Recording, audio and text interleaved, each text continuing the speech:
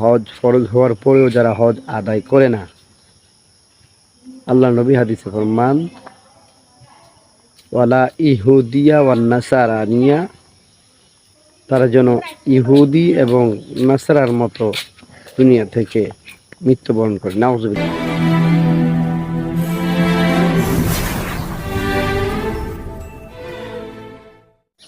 আসসালামু আলাইকুম ওয়া রাহমাতুল্লাহি ওয়া বারাকাতুহু। মাগফিরাহ। সম্মানিত ভিউয়ার্স, দেশে প্রবাসী যারা যেখান থেকে আজকে আমার এই ভিডিওটি দেখতেছেন, সকলকে জানাচ্ছি প্রাণ ঢালা অভিনন্দন ও শুভেচ্ছা। আশা করি আপনারা সকলে অনেক বেশি ভালো আছেন। মহান রব্বুল আলামিনের কৃপায় আমি আলহামদুলিল্লাহ অনেক ভালো আছি। আজকে আপনাদের মাঝে উপস্থিত হয়েছি যেহেতু এই মাসটি আসিতেছে, পবিত্র হজ্জের মাস, জিলহজ মাস। কেননা হজ এমনই একটি ইবাদত, মহান রব্বুল আলামিন ইসলামের 5টি স্তম্ভ দিয়েছেন: কালেমা, নামাজ, রোজা, হজ, জাকাত। জাকাত এবং হজ দুইটা জিনিসই এমন একটি সামঞ্জস্য ইবাদত। জাকাত যখন আপনার সম্পদশালী হবেন, আপনার সম্পদের উপর জাকাত ফরজ হবে।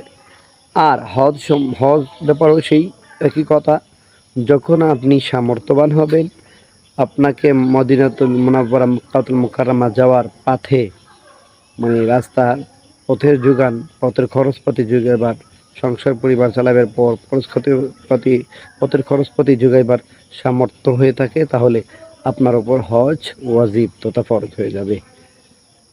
এই ব্যাপারে আল্লাহ রাসূল সাল্লাল্লাহু আলাইহি ওয়াসাল্লামের কাছে প্রশ্ন করেছে, ইয়া রাসূলুল্লাহ, অধিক টাকা এবং সম্পদ থাকার পরেও, মক্কাতুল মুকাররমা মদিনাতুল মুনাওয়ারা যাওয়ার সামর্থ্য থাকার পরেও যারা হজ করে না, তাদের ব্যাপারে ইসলামের শরীয়তে কি ফায়সালা সেই সম্বন্ধে জানতে চাই।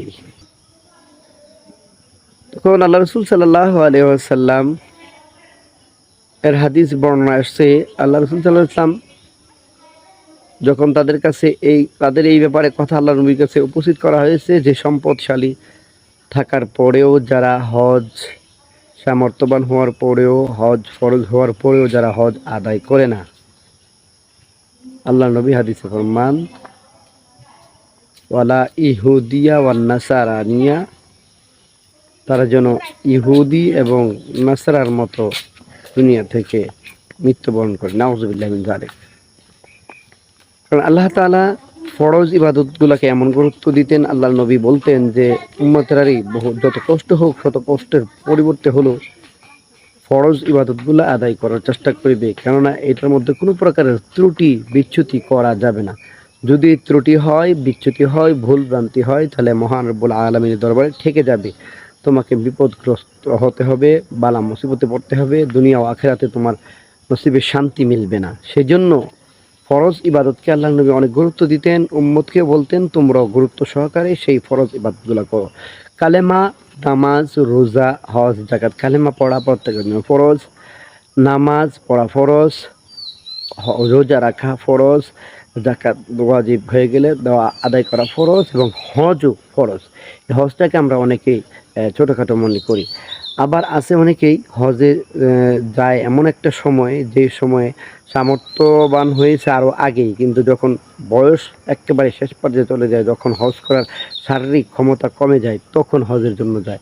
এটা আসলে ঠিক না। এদেরকেও আল্লাহ রাসূল সাল্লাল্লাহু আলাইহি ওয়াসাল্লাম বদদুয়া করেছেন এবং আল্লাহর পক্ষ থেকে তারাও গুনাহগার হবে। হজ ফরজ হওয়া মাত্রই দেরি না করে, যদি আপনার হায়াত কমে থাকে, অথবা অসুস্থ হয়ে যান, অথবা দুনিয়া থেকে বিদায় হয়ে যান হজ হওয়ার পরেও, তাহলে আল্লাহর দরবারে আপনাকে ঠেকতে হবে। সেজন্য হজ ফরজ হওয়ার সাথে সাথেই আমাকে হজ আদায় করে নিতে হবে।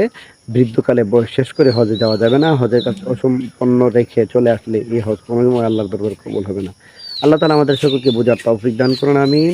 ভিডিওটি ভালো লাগলে শেয়ার করে দেবেন। আসসালামু আলাইকুম ওয়া রাহমাতুল্লাহি ওয়া বারাকাতুহু।